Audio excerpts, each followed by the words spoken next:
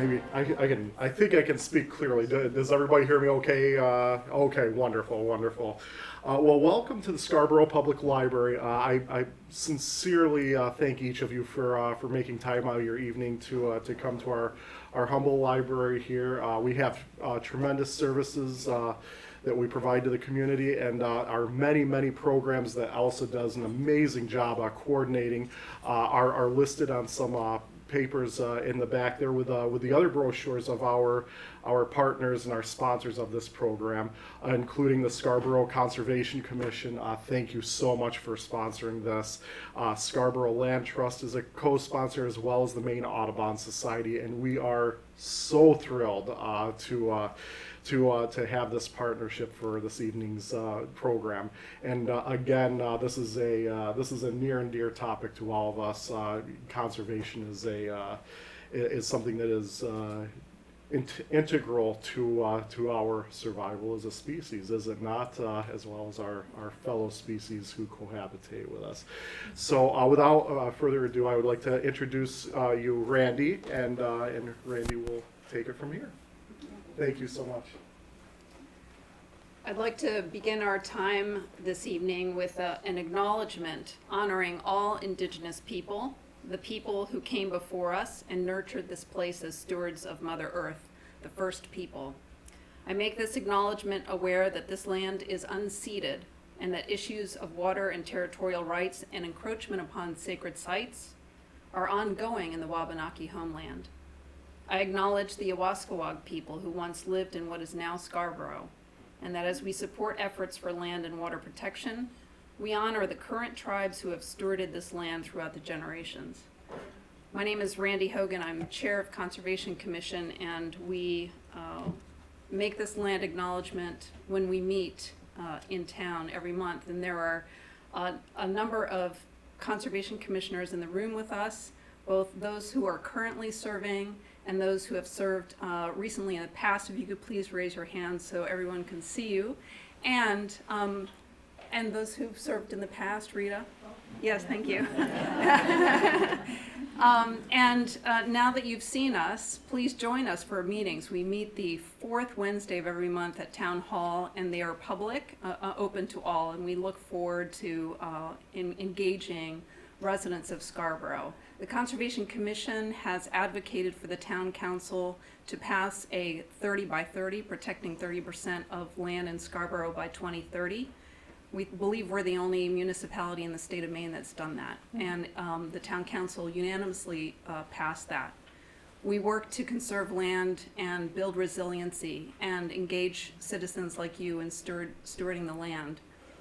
From the 30 by 30 resolution, we advocated for an open space plan so that we can prioritize those parts of our land to be able to conserve next. And then we're currently working with the Parks and Conservation Land Board to put forward a land bond measure on our ballot coming up in November. And we encourage you to support that so that we have funding available to conserve more land. We're also working on ordinances in the town to protect that which we have in this rapidly growing town. I am really pleased tonight to have the chance to introduce Beverly Johnson. She's the professor of Earth and Climate Sciences at Bates College, where she's been for 23 years. She is a biogeochemist, a job I never knew existed before, a collaborative researcher and an educator, and she's been exploring the coastal history of Maine as recorded in the organic rich sediments of salt marshes. She uses a host of geochemical techniques to explore environmental change over time and space. One cool thing I learned about her research is that along with her colleagues and students, she studies the changes of diets of ancient fish and humans along the coast of Maine through the last 4,000 years. She deeply understands the powerful role of our salt marshes, along with eelgrasses and seaweeds, play in combating climate change. Her current primary research focuses on understanding carbon cycling in Maine blue carbon ecosystems as a means to mitigate climate change.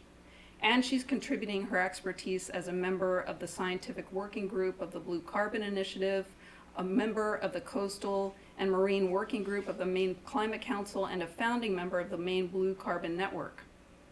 Looking towards the future, Bev is encouraging us all to get involved. Quote, perhaps the biggest step we as a state can take is to understand, appreciate, and protect what we've already got. So we're looking forward to learning more from you this evening. Please join me in welcoming Professor Johnson.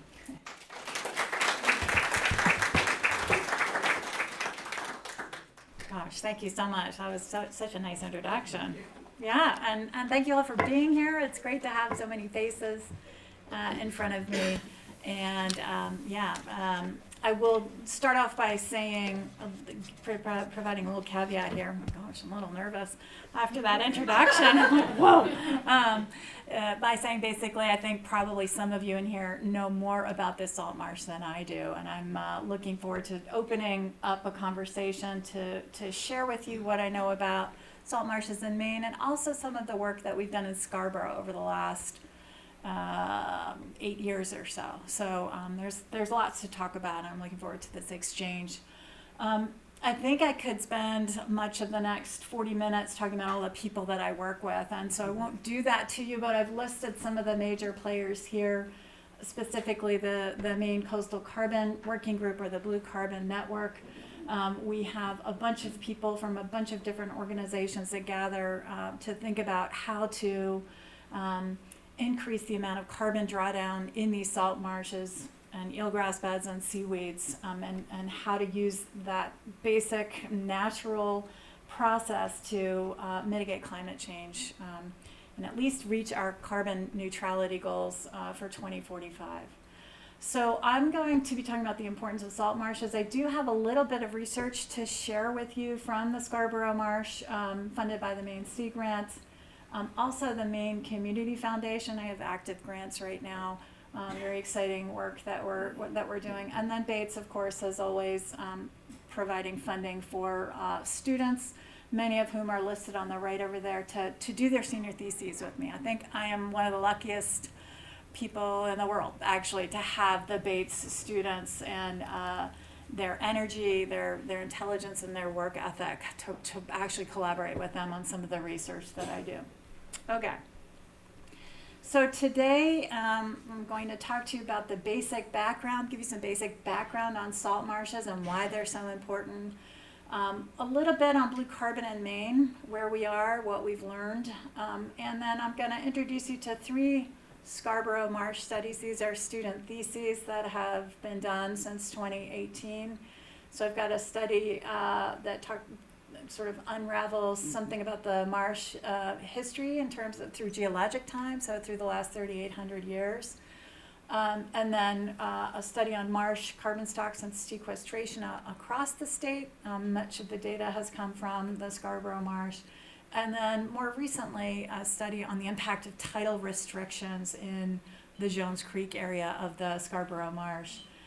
We'll talk a little bit about the future. I think it's a good sort of jumping off point as to what we can do. Specifically, some projections for sea level rise, thinking about restoration of these ecosystems and what that means. And then also in thinking about restoration, including the Wabanaki perspective, to build a more resilient ecosystem as we continue to be subject to sea level rise and warming and increased storm activity. And then we'll take some time to talk about stuff. Okay, so this is a satellite image of your Scarborough Marsh right here.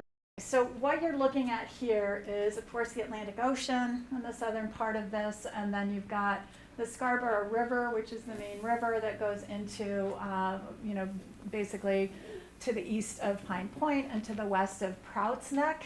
And then you've got your roads that are highlighted here, Route 1 that crosses the northern part of the marsh, and then Route 9 that crosses various tributaries going into the main stem of the Scarborough Marsh, and then Route 9 here from Old Orchard Beach up to Pine Point that runs parallel to the Jones Creek Marsh there.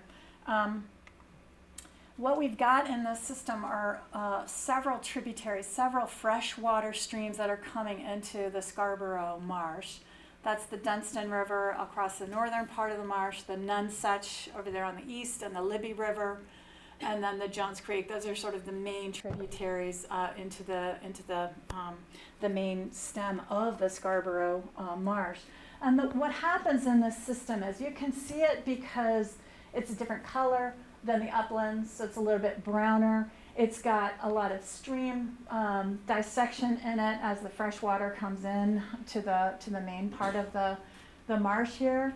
And what you can see is, or what you want to think about is, the way these things form is the tides come in and out through the mouth of the Scarborough River there twice a day. And they come in and they flood the system, and they bring water and sediments, and it's pretty quiet back here in this part of the coast because you've got this nice barrier beach that's welded onto the mainland. You've got this bedrock outcrop here that's holding the coastline in position. And so once you get into this area, it's quite quiet. The energy is low such that sediment can settle out of the water column. It can be trapped by the vegetation, and the vegetation in that system can grow up through the sediment. So one of the things I love about salt marshes is that it is home to organisms that can tolerate a range of salinities. So on the southern end of walking around the southern end of this marsh, the salinities are ocean salinities, so 36, probably 34 parts per thousand. And then when you've got the fresh rivers coming in, the salinity up here is 0. So we've got fresh water at 0, salt water at 36, and these salinities change as the tides come in and out. And sometimes, when the marine system comes in, high tide, you get higher salinities. When it drains out and there's a lot of precipitation and storm water coming in from the uplands, you can get very low salinities in this system. And these organisms, everything that lives in there can tolerate that range of salinities. So that would be like you and me being able to, survive on pure water, drinking pure water, and drinking pure salt water. It's pretty wild. So really interesting group of organisms. And again, the point to take here is you need a quiet system to actually get a salt marsh to form. Okay, so this is what it looks like from the land. Who's been in a salt marsh before? So probably half of you, great. So what you're looking at here is a salt marsh in Phippsburg, and it's a flat grassland. And so because these grasses are actually quite productive and easy to access, these systems were among the first used. They were the first used to get fodder for some of the grazing animals that were brought over by the Western European colonizers. And so they've been used for centuries, multiple centuries, initially to harvest these grasses to feed cattle and sheep. But at any rate, what you want to think of is this really flat grassland that at high tide will get covered, super high tide, spring tides will get covered with water, and at low tide will drain. So thinking about how these actually form, or what we see in a salt marsh in a cross section here is what you've got. And so this, let me try something else here. That's not going to work. Okay, so this area right here, so it's basically you're going to take a salt marsh and you kind of cut it in half and scoop it away so you can see it in cross section. This right here is the tidal channel, the stream channel, the tides coming in and out. And then as you go to the edge of this diagram, you're going to the edge of the salt marsh. And so what you can see is there's a couple dashed lines here. One, this lower one is mean low water, so that's the average position of the tides when they're low. There's mean high water, so that's the average elevation water gets when the tides come in. And then there's the super high tide, spring tides that come in. And you can see that the bigger your tides, the more the salt marsh is covered with water. And so what ends up happening is this results in a zonation of vegetation across the salt marsh. And so some of these grasses, for example, the Spartina alterniflora, this thick green stuff is also known as smooth cordgrass. That is adapted to soil conditions that are always wet. So it is found at the lowest elevation of the marsh. as you come across that marsh, the elevation of the marsh gets a little bit higher, and you go into different types of vegetation. The smooth cord grass, that's the hay, the grasses that were typically harvested by the early settlers. And then you get a few other species there. In the high marsh, so you can see up at the top there, the high marsh versus the low marsh areas of the marsh platform. And then you get onto the edge of the marsh where the fresh water is dominating, and you lose your salty, your salt-loving species, and you get into the upland forests there. So, this zonation, this is just a cartoon of what it looks like. It's always much more complicated than this. But you get a sense of the idea, the different species across the marsh platform that depend on the degree of saturation and salinity, or wetness of the soil and saltiness of the soil. When you look at this in the field, so what you've got here is the tidal stream, so it's low tide currently in this system, and then you can see that there's a very different set of species at the lower elevation. So this lower elevation right here has got thicker, sort of a lighter green, shorter grass. This is the low marsh, and then as you step up into higher elevation, you get a different set of grasses. Those are the high marsh species that you find. So it's quite beautiful when you're out there, and especially when you can see this zonation of vegetation that's so clear.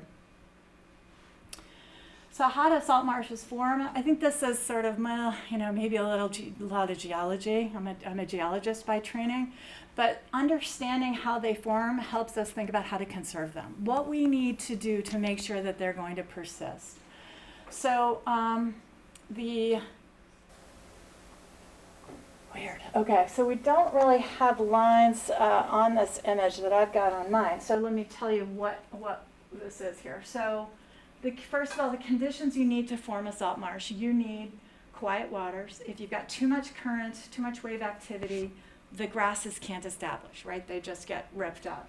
So quiet waters, you need sediments. You need plenty of sediments, and you need sea level rise over time. That is slow.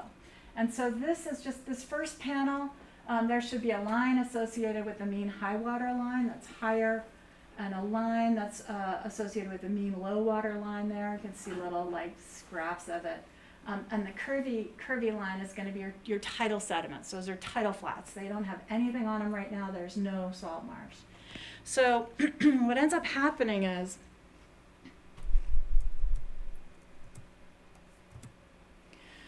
with time, the lines are showing up here.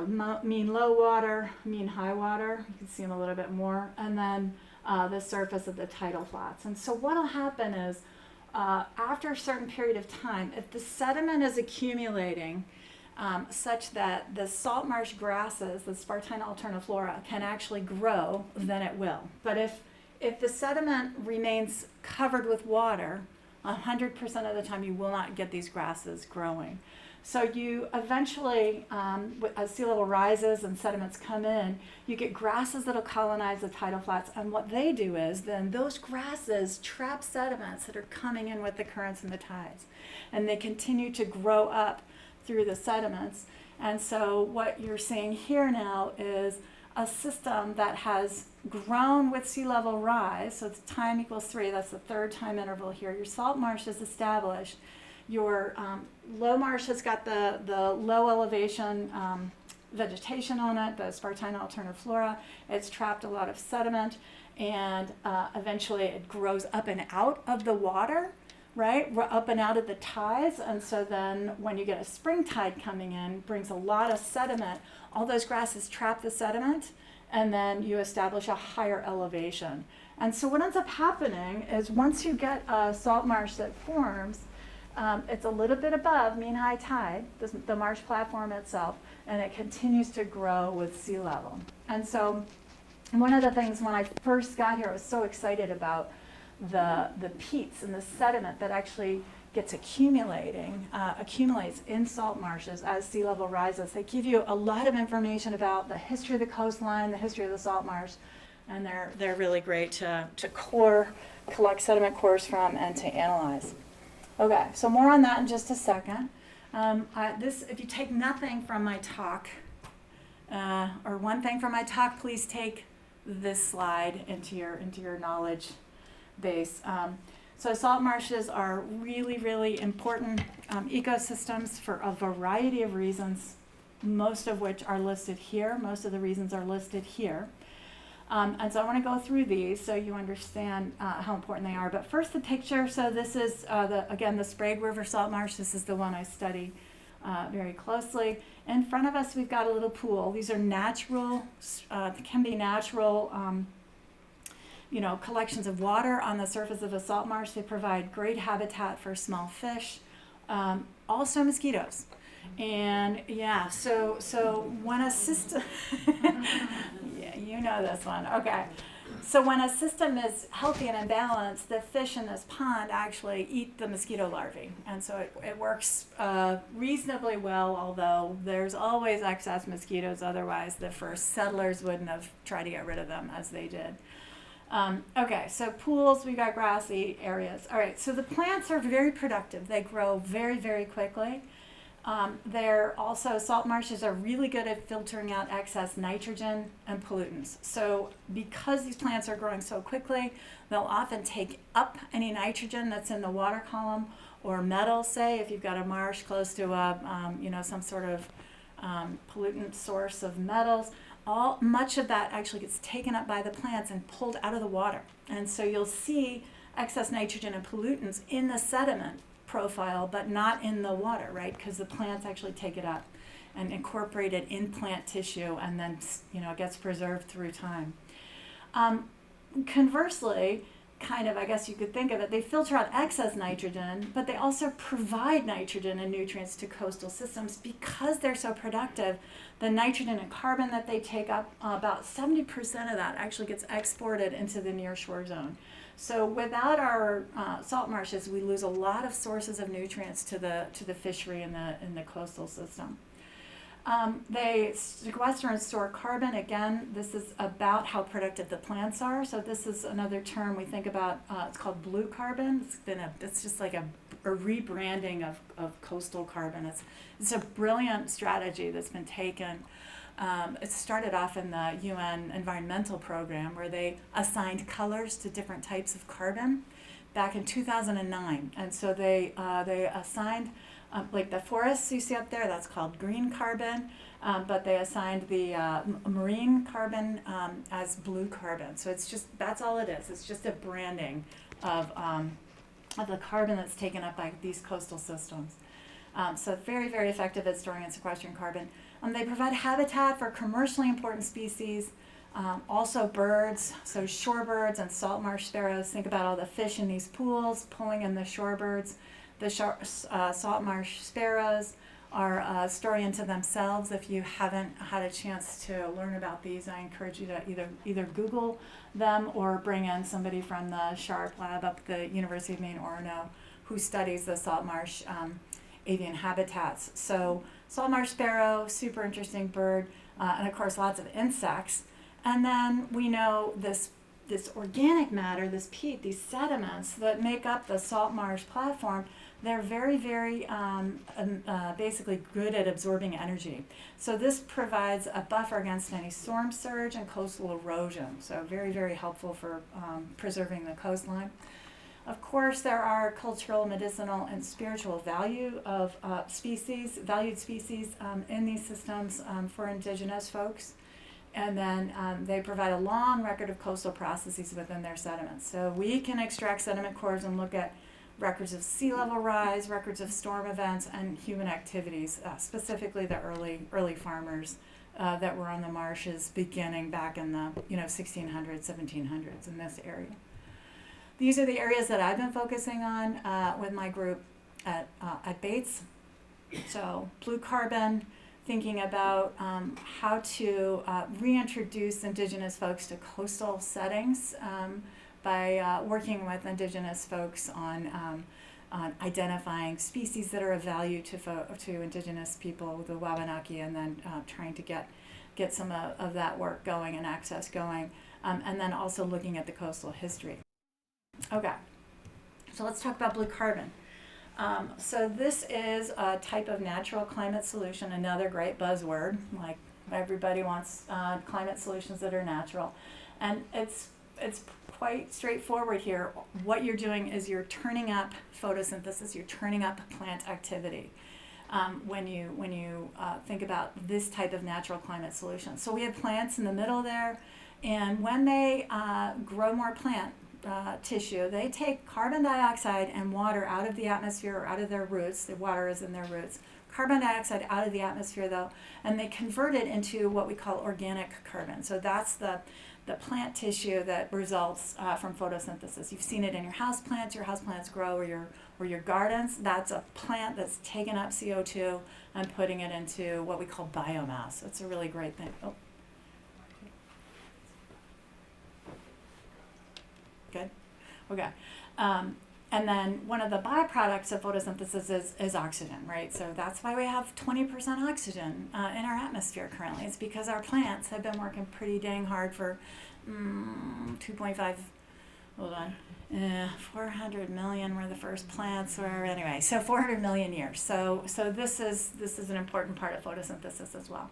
Okay, so now imagine if you can bury that organic matter and take it out of the atmosphere, then you can actually increase the amount of carbon going into the ground. And it turns out, so in photosynthesis is about 10 times more effective in coastal ecosystems. So these are these salt marshes and seagrass beds from Maine, mangroves, and also seaweeds, than in forests. So these coastal ecosystems, they make up about 0.1% of the area in Maine. But if you take, a square meter, a dining room size table of forest, and you compare it to the same size dining room size table of seagrasses or salt marshes or seaweeds, they're taking up 10 times more carbon and putting it into the ground. It's remarkable. So 0.1% of the area in the state, but a 10 times more effective carbon burial number than in the forest. So they're quite useful. So how does this happen? Why does this happen? We find very large carbon stocks. You can see on the right there, that's a picture of Julie Poitras-Sanchez. I've had so many wonderful people out on the Mars. She's an artist at Mecca. And she came out and did a story on, it doesn't really matter, but carbon and sediments. And so I think those are her hands, and she's illustrating the really carbon-rich dark soils. The reason why we get such big stocks is the soils are wet. They have low oxygen content, right? The tides are coming in and out, so they're pretty much fully saturated 100% of the time. And so what that does is it slows down decomposition. It slows down, bacteria that actually consume organic matter. And as a result, we have, in part anyway, 6 to 12 feet of carbon-rich peat in Maine. 6 to 12 feet. That's a lot, yeah. So that's the size of the stock. And then we think about burial rates. We think about how much is going into the ground every year. These high carbon burial rates are a result of very productive plants, and the fact that about 85% of what they create, the biomass, goes into their roots where it's wet and there's no oxygen.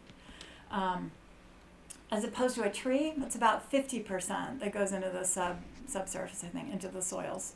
And call in a forestry person to really validate that. But my understanding is it's about 50%. So most of the carbon in these systems goes into the ground.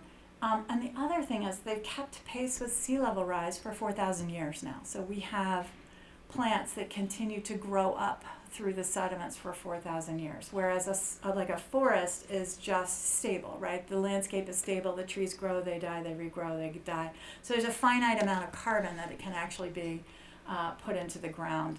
And they have very high sedimentation rates. Okay, so that's why blue carbon ecosystems are so important and how they work roughly. So this is supposed to be an image of Maine. Plenty of blue carbon in Maine, salt marshes, eelgrass beds, and seaweeds. These are approximate areas these numbers are changing because of the mapping.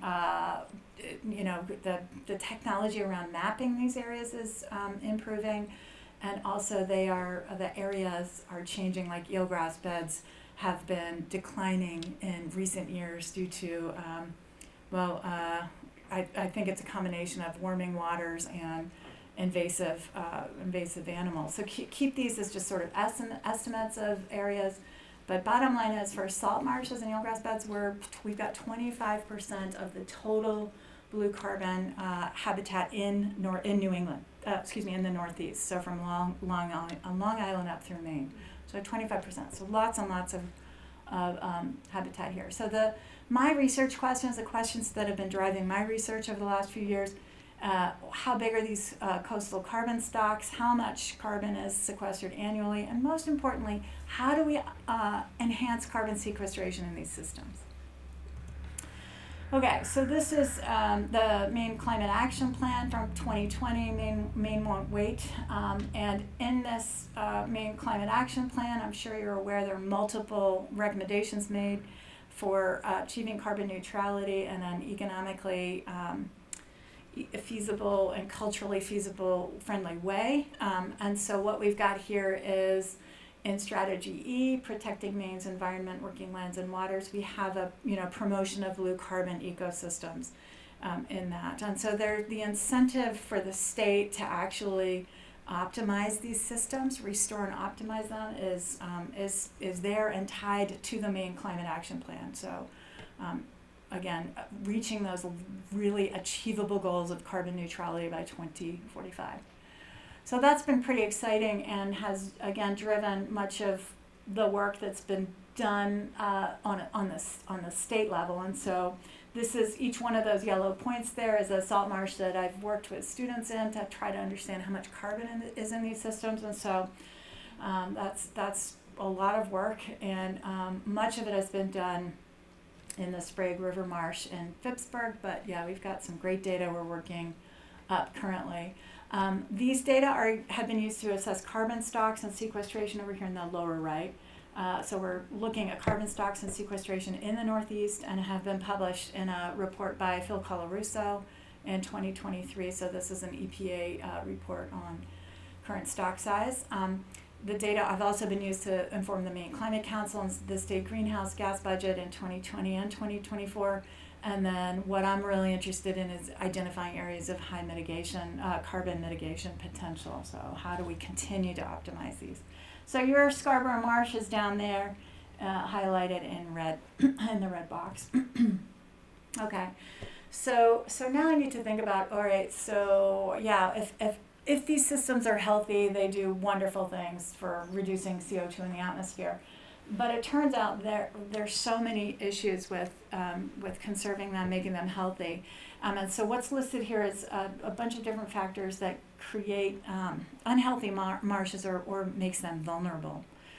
So tidal restrictions are basic structures that go across the salt marsh that reduce the ability of a tide to go fully into the salt marsh.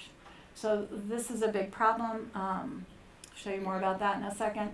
If you've got excess nutrients and fertilizers coming to the salt marsh, that's not good either. So people who are fertilizing lawns and gardens adjacent to a salt marsh can result in, if you do it too much, obviously, you can damage a salt marsh. A lack of sediment, so if you cut off the sediment supply to a salt marsh, it will subside and degrade and get very sad. Sea level rise, of course, if it's increasing more rapidly than the salt marsh can accrete or can grow, that's a big problem for salt marshes. Intense and frequent storms. I'm curious to hear if you noticed with the January storms whether there was a lot of ripping up of the marsh peat. If anybody noticed on the front of the marsh there. Coastal squeeze refers to the idea that there's no room for marshes to move and migrate. And so if you've got a lot of building and development around the edge of your marsh, you can come up against sea level rising, but there's no place for the marshes to go. Coastal squeeze also happens when the front edge of the salt marsh starts to degrade as well due to higher storm activity and just higher water levels. And then, of course, invasive. So the European green crab is wreaking havoc on many of the marshes around here. So for me, the tidal restrictions, we've really keyed into those over the last few years because they present opportunities for restoration and enhancing carbon sequestration. also very interested in sea level rise and in the impact of these intense and frequent storms that seem to perhaps be upon us here. So tidal restriction, as I said, it's it results from infrastructure that is built across a stream that is it basically reduces the tide that can come into the salt marsh. And so here what you're looking at in the upper left-hand corner is a 3.5-foot culvert that is in a site in Harpswell, and that's Curtis Bolin there in the pink. He's the executive director of the Casco Bay Estuary Partnership. Anyway, this marsh in the upper left that culvert has been replaced with a 16-foot box culvert. So it's gone from 3.5 feet to 16 feet. And so they've really done a lot of great work restoring the tides and making the marsh much healthier upstream of the tide. You can see on the right there, that's a wall that's preventing, old wall that's preventing a salt marsh from migrating or a stream channel from moving. This here in the lower left, that's an old cart road, basically, that's 150 years or so old, that restricts the amount of water that can pass through it when the tides are moving. And then on the lower right, you can see that little mound that goes off into the distance there. Those are either embankments that are created by some of the farmers that have been working out in the marsh over the last 100 years, maybe 50 years, or it could be that the stream channel has been dredged, and so the actual dredged spoils have been moved up onto the surface of the marsh. But you can see the stream channel on the left that's empty in that diagram. You can see the ridge that is basically a big old levee, a big embankment. And then on the right, the water is very pooled and it's not circulating, it's not draining. That part of the marsh is not working very well. So the Maine Coastal Program, this was spearheaded by Slade Moore when he was with them. This is a great resource for you all. You can get on this website, so just Google Tidal Restriction Atlas of the Maine Coastal Program. And they've mapped out, I want to say, 1,300 tidal restrictions in the state of Maine. Isn't that amazing? So you can zoom in to the Scarborough Marsh. I'll show you the Scarborough in just a second, or wherever you live, and you can see how the Maine Coastal Program has categorized the tidal restrictions in your favorite marsh. And so what we've got here, that they have divided it up into tidal road crossings, tidal dams, other tidal crossings. Basically, if it's red, it's a restriction. If it's yellow, they're not sure about it, and if it's green, there is no restriction. And the blue is what's predicted for the future with sea level rise. I'm not sure which sea level rise scenario they were looking at, but please have a look at that. They've just done amazing work on it, really trying to understand where these tidal restrictions are. This is the Scarborough Marsh. Like, I zoomed way into the Scarborough Marsh here for you. And I counted these. There's like 20 to 30 tidal restrictions that have been identified on this marsh. But it's not surprising. It's the biggest marsh in the state. You've got a lot of major roads crossing it. You've got a couple railway lines that, one of which, somebody would have to talk me through the railroad. I can't remember what's working. The northern one is now like a bike path, right? But the southern one, I think, is still running. So there's a lot of tidal restrictions, and right. So the railroad line here, I think, is still active. This one is your really cool bike path that I've been on a few times. You've got Route 1, again Route 9, and all these roads that are crossing all the tributaries. So there's a lot of opportunity in this marsh. And I also would encourage you to reach out to the Maine Coastal Program to get a sense of how bad that restriction is. Because you can have a tidal restriction that's not causing a lot of damage. So I don't want to get you too alarmed, but it's definitely worth taking a look at for yourself. Okay. So there's that.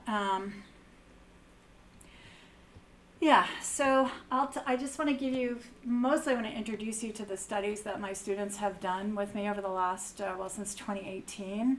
And I'm going to refer you to the people who've done it. Nick Barker did a great thesis with me on the history of the marsh. She looked at what was going on over the last, it's actually 3,800 years. He's currently with TRC. It's a consulting firm in Scarborough. So if you want to find him, email me. I will send you his thesis, or I will put you in touch with him. Ashley Kuleza, also at TRC Consulting in Scarborough. So she was one of the main players, one of the main drivers behind the statewide carbon storage studies that we've done. And then most recently, the tidal restrictions and carbon dynamics here, Anna Sarazan. So this thesis took part in the Jones Creek tidal restriction. And that's the one that's funded by Sea Grant. And boy, we got some really great stuff coming out. So what I'll do is I'll just introduce you to the questions and give you, a lot of the undergrad theses are fabulous educational experiences for the student. The research gets bumped forward a bit, but not always to the point where it's ready to publish. And so these are, I'll show you preliminary data from these, you would consider them preliminary data. Okay. So the first thing I want to do is just give you a little bit on the methods, and this is how we collect sediment cores. In some cases, there are multiple ways of collecting sediment cores.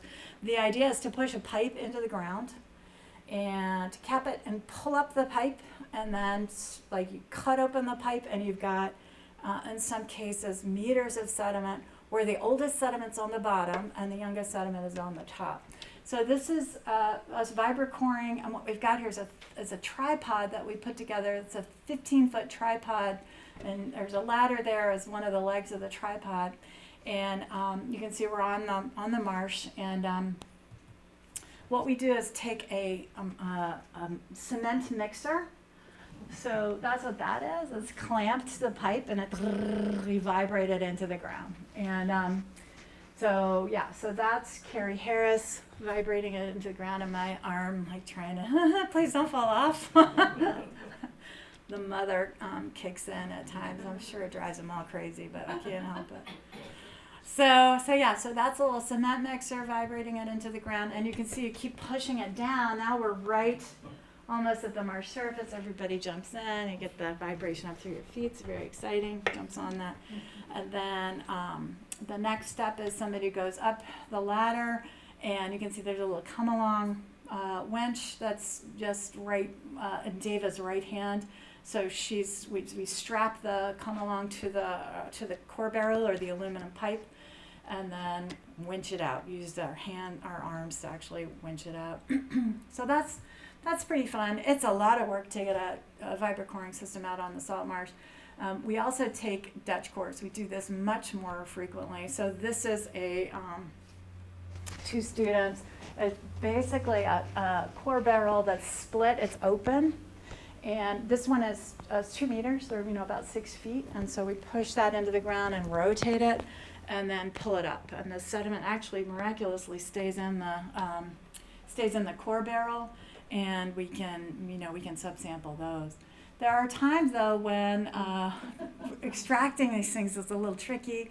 It requires some finesse, and so what these folks have done is they've got too many extensions on the T. You can see the core barrel's way low, and if you add a lot of extensions and push it into the ground, you can't get up to that T, right, to actually pull it out.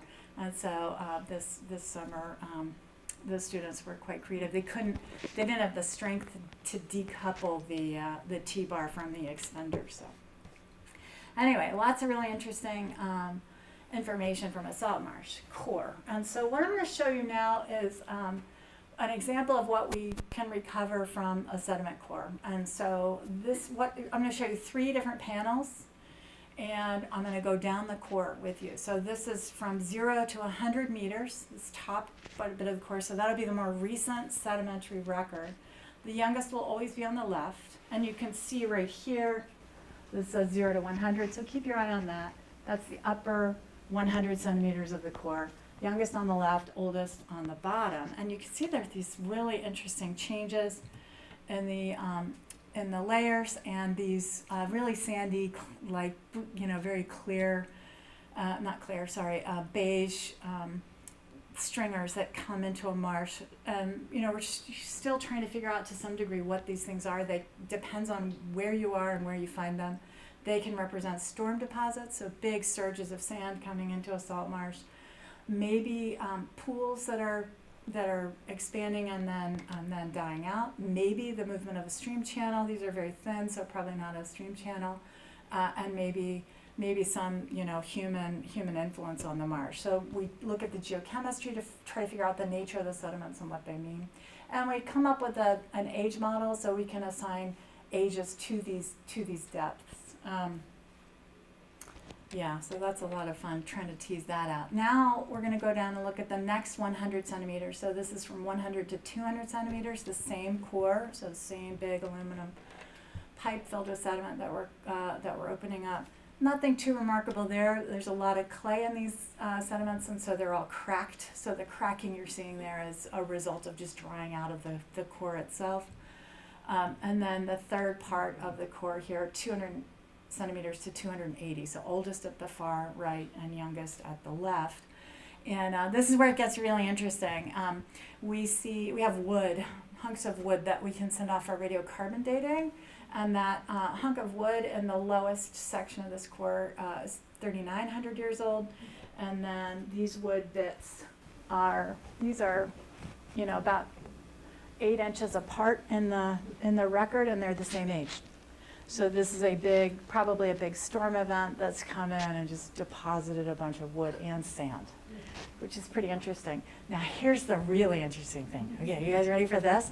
So that you all have those dates, 3,800, 3,900 years old, and 2,800 years old. You all, do you know about your stumps, your buried stumps? You see it over at Ferry Beach at low tide. There are old trees that are coming out of the sand there. Has anybody seen them? Couple of you. And they're in the marsh as well. We've dated them to 2,800 and 3,800 years old. So there is something going along on the coast which I have not been able to figure out. I mean, I just haven't spent much time thinking about it. But the coincidence of these tree deaths, like trees are dying, they're in situ, so they're in growth position, and then up here in the Sprague Marsh and Phippsburg, we've got deposits of wood from the same time period. So I think that might be what I do for the next 20 years, is try and figure that one out. So, but yeah, it's exciting. Okay, so that's the kind of information you can get from sediment cores in terms of thinking about the history of a salt marsh. We've looked at, as I said, we've looked at the geochemistry of it. So here's a tidal flat, and the salt marsh it gets initiated somewhere to the right there, basically. I won't walk over, but yeah, so you can do all sorts of fun studies with just a sediment core. Okay, so Nick Barker, as my preamble to the how to get a geologic history out of a sediment core. So this is Nick Barker's set up for his thesis, basically. So in 2013, a couple of us were out in the marsh, and we noticed in one of the drainage channels the exposure of trees that are sitting there in situ in growth form. And these trees, also, the other thing that's very strange about this is there's a layer here. Now that can be part of the soil that's formed. It could also be potentially, it is pretty sandy, and so some of the ideas are that we're still batting around is maybe this is some sort of storm surge that has killed the trees, and subsequently sea level rise has created a salt marsh on top of it. So these are salt marsh sediments. Now the funny thing is, the dates on the salt marsh grasses, the lowest salt marsh grasses, are right here at this boundary. They're statistically the same date as the tree trunks that have died. And so this is odd, because if sea level is rising at, in geologic time, it rises at 1 millimeter per year. Oh gosh, if that is the case, then you would not expect the salt marsh grasses to be the same age as the trees that they are burying. So there's really interesting things going on here, and I will refer you to Nick's thesis. There he is, right there on the right, for more information. And I won't get into any of this except to say on the right-hand side is basically a digital elevation model of the Scarborough Marsh, where the dark browns are your lowest elevation, and he collected sediment cores where those green dots are, and then radiocarbon dated stumps where the red X's are, and he has a really interesting model for the formation of the marsh and the coastline over the last 3,800 years. So there's that. The second study is Ashley Kaleza here in the picture to the left. She's collecting air for methane analyses. And she wanted to see if the carbon stocks were different for the different areas of the coastline as defined by Joe Kelly in 1988. And so this is her thesis. She compiled the data from the dissertations and theses from the University of Maine at Orono. That's Joe Kelly again and Dan Belknap. And so you can see the different colors are different studies from UMaine. And then once she figured those out, she saw where the holes were, gaps in the data, and she identified sites to go analyze. So those were her sites in pink. So just really spectacular students that did fabulous work. So so you can dig up her thesis and see what she found, and please keep in mind again, it's all preliminary. Most recently, we've been interested in changes in carbon dynamics around a tidal restriction, and the idea being that if you understand how the system is functioning with a tidal restriction, then you can predict how much carbon, what the carbon benefits will be if you remove them. And so she was working in the Jones Creek area of the salt marsh, and it's a funky little area. So this little triangle here is where she worked. It's got the train, what do we call these? Train tracks, I guess, across one end of it, and then Route 9 across the other. And you can see the tidal restriction because the tides actually become very small. The river channel becomes very small as the restriction underneath Route 9 is undersized, and then it goes through the canning factory there. So the stream channel upstream of Route 9 is actually much thinner. So there's not as much water getting through that system.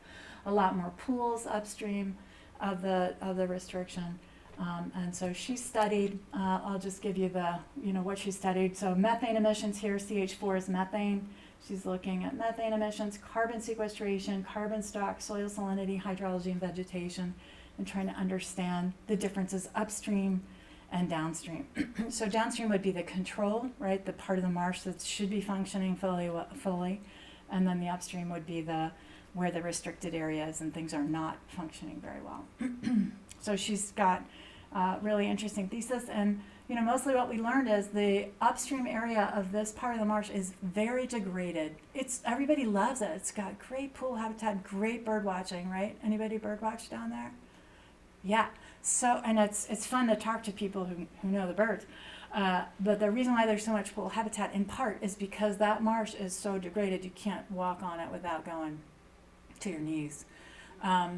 So anyway, lots of discussion to have about what do we value most? Are we going to continue to leave this system the way it is so we can have bird habitat, which is great, right? Super important. Or are we thinking maybe we can bring some sediment into this system and recover the salt marsh function fully and draw CO2 down out of the atmosphere? So these are conversations you all get to have with each other as you think about, prioritizing restoration in these systems. Okay, so the sea level rise is a major threat. This is a article that Penelope Overton did in January of this year, and I also encourage you to see Pete Slavinsky's work of the Maine Geological Survey. He's awesome. They do great work, all of them. But anyway, Penelope summarized the state of the science. And I just have this little quote here. Maine sea levels are projected to rise between 1.1 and 3.2 feet by 2050. And if you look in that little yellow box to the right, we know that the rates of sea level rise, SLR is sea level rise, through geologic time is about 1 millimeter per year. And the current rates are about 4 millimeters per year. So this is the last 30 years or so, 4 millimeters per year. And they are continuing to accelerate. And by 2050, given this projection of sea level rise that's circled in red here, that translates to about 14 millimeters per year increase in sea level, right? Which is just astounding. And this keeps me up at night. That is That is not good for salt marshes unless you have a lot of sediment coming into your system, so that, if your sediment is coming in at 14 millimeters a year, everything's fine. But that's a big if for many of the marshes along the state. So, yeah, this is another great resource you all might want to check out. So Scarborough Marsh, again there in all those great colors. These are potential tidal marsh migration areas. And so this is Kristen per year. She's with the MNAP, that's Maine Natural Areas Program. And then again, Pete with the Maine Geological Survey. These are web maps you can get. Just again, Google that and you'll be able to zoom in on any area of the coast you want. And what they've done is they've modeled areas that will be covered under different sea level rise scenarios. So the green there, the legends on the right. So the green area is the current marsh. The blue is 0 feet of sea level rise, which is kind of confusing. But all that means is the blue currently is not salt marsh.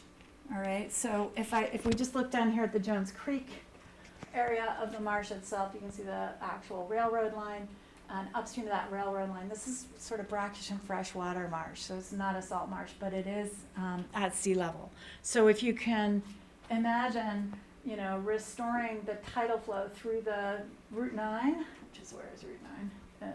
Route 9, I guess, and also through the actual railroad line there, railroad tracks, you can create a lot more salt marsh. 1.2 feet sea level rise is not showing up. That is a light blue, and then green and all that. So again, take a look at this yourself. But that blue area and the light green is going to be the most important, and the yellow for actually thinking about areas that we can get into conservation to accommodate the sea level rise and allow marshes to move into these different areas. Yeah.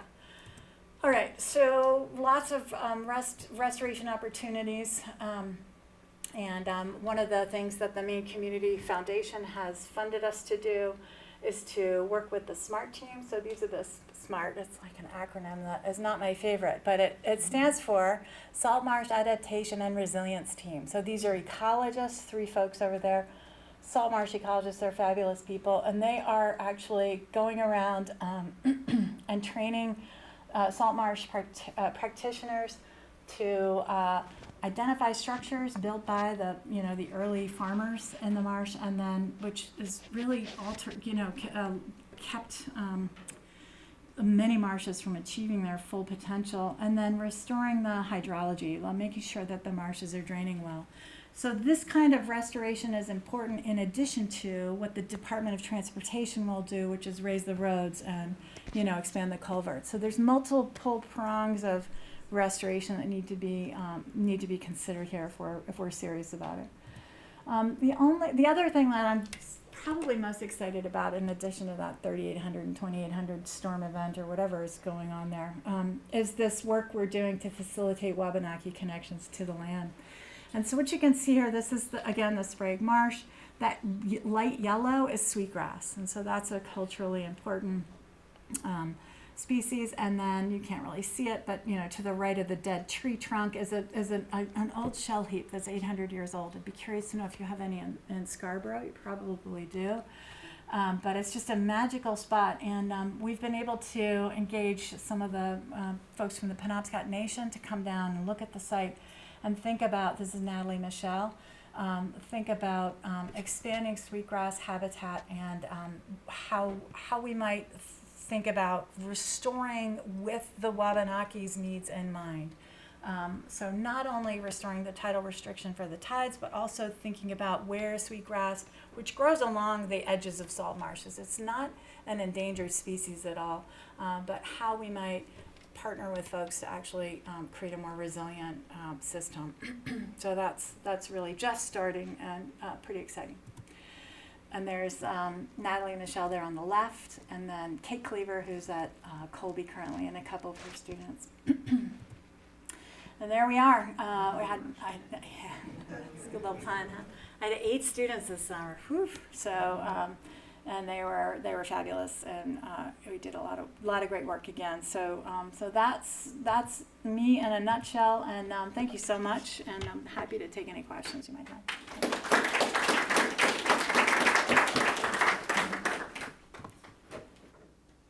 Sorry, went on and on. Yeah. I have as I drive over Route 9, over the marsh, and as I drive down to get to Pine Point from Route 9, for instance, there are some parts of the marsh that seem always freshwater, always high tide, never exposed at low tide, and yet a little farther down, it responds to the tide. What is causing that difference? So are you looking at the right as you're going down where it's not draining? I'm thinking as I go across where that funny Italian restaurant used to be. Oh yeah. So upstream. Route 1. Okay.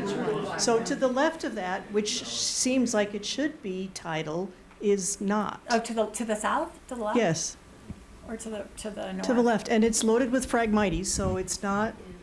Okay, so I think so you're talking about, are you driving, where you drive? So the northern part of the, across Route 1 is pooled, there's dead trees, there's a lot of Phragmites, yeah, exactly. So the Route 1 has got a huge tidal restriction underneath it, so the tides aren't able to come in or drain. And so what ends up happening is the fresh water that comes into a marsh comes in that part of the marsh, but it can't drain because there's too small of a culvert underneath the road, and so you get the pooling in there, and you lose your salinity. Your Phragmites come in. They're a terrible, terrible thing for marshes. You pool the water such that the trees drown.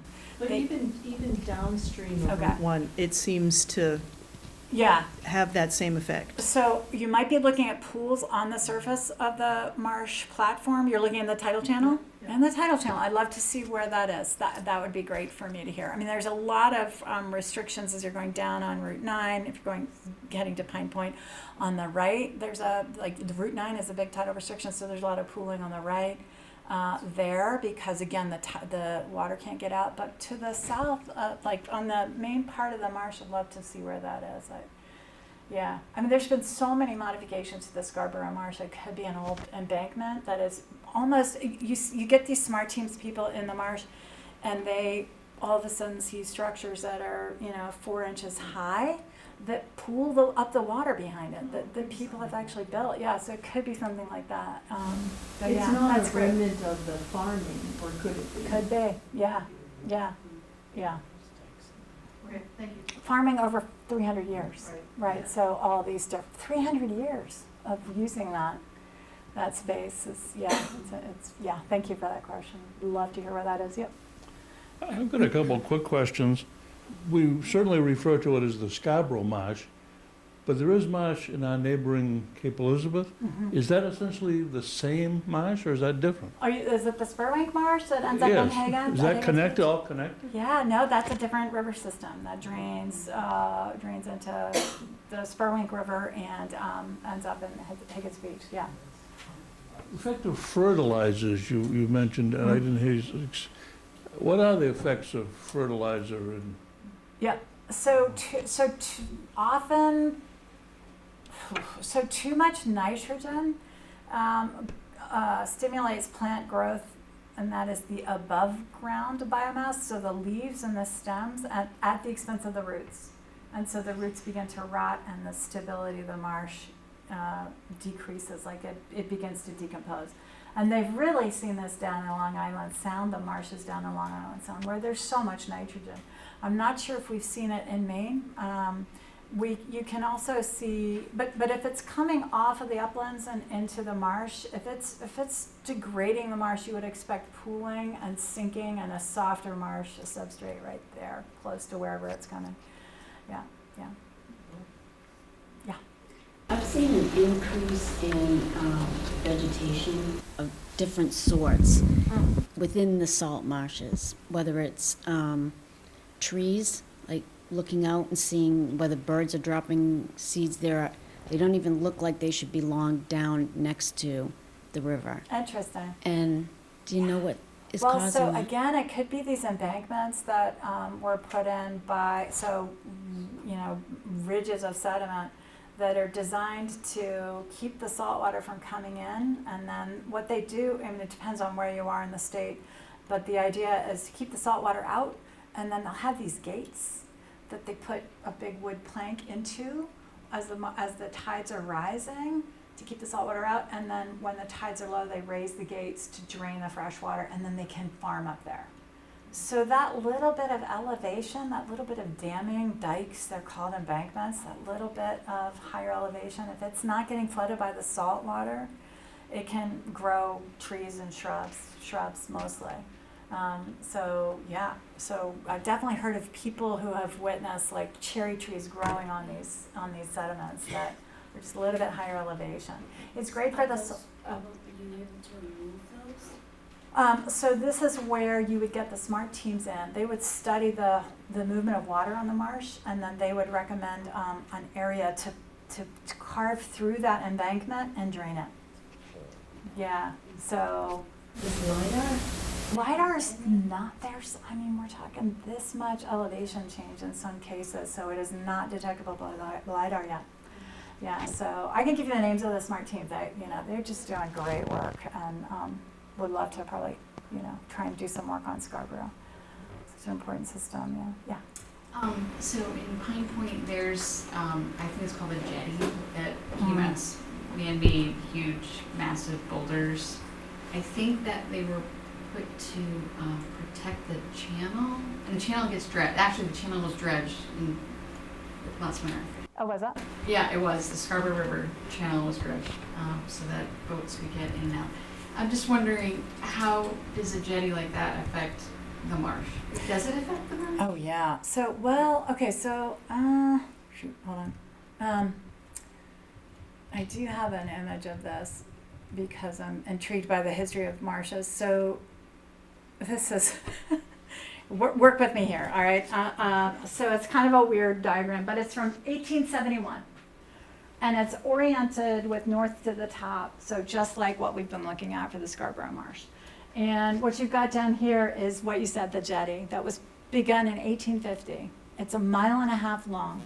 And what ends up happening when you build a jetty, so these are rock walls that are perpendicular to the coast, and they're designed to keep a river mouth open so you can get shipping in and out.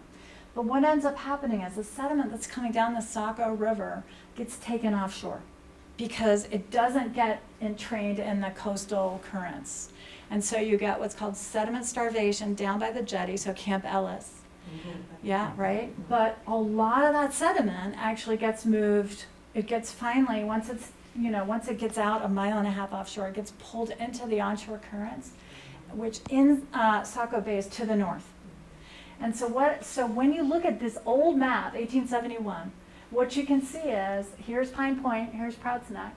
There is a drainage here that goes through the northern part of Old Orchard Beach. So the actual Little River was going through and draining directly into the Atlantic. That is not the case anymore, right? This is fully closed off, and this marsh now drains into the Scarborough River.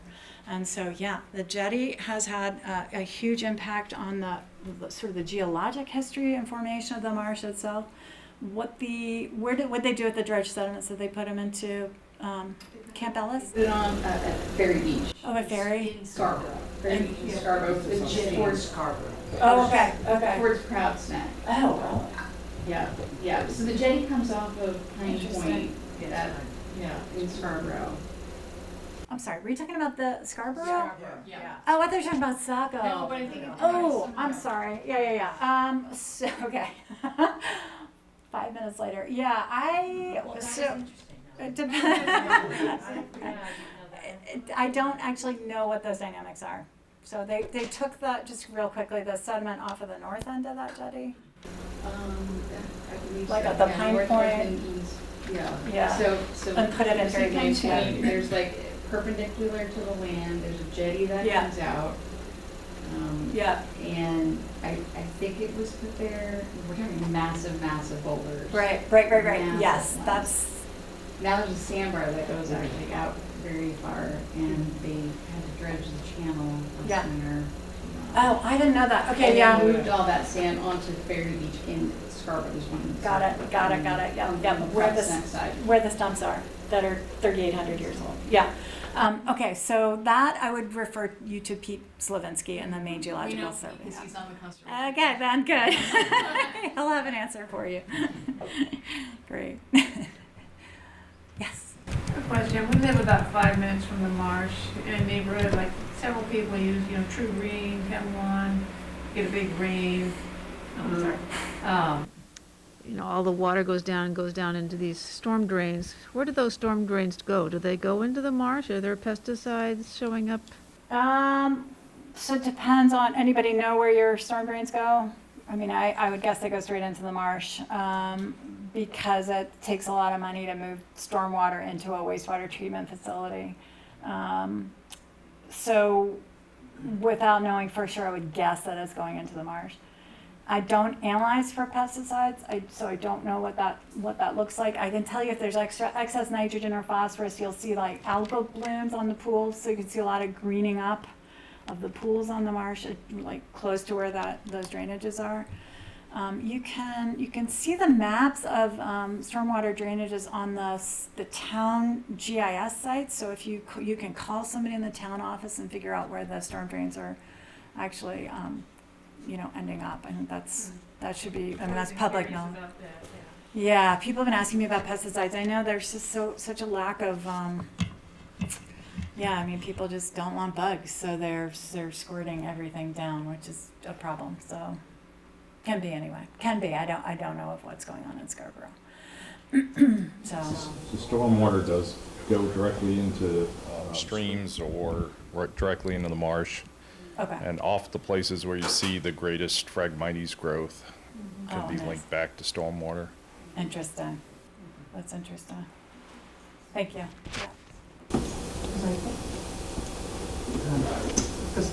Because Portland and South Portland, you can't use pesticides on your lawn Oh, because it drains into Casco Bay. that's great. So I think Scarborough was trying to do that, but it never passed. Is that what happened? Do you know? The fertilizer?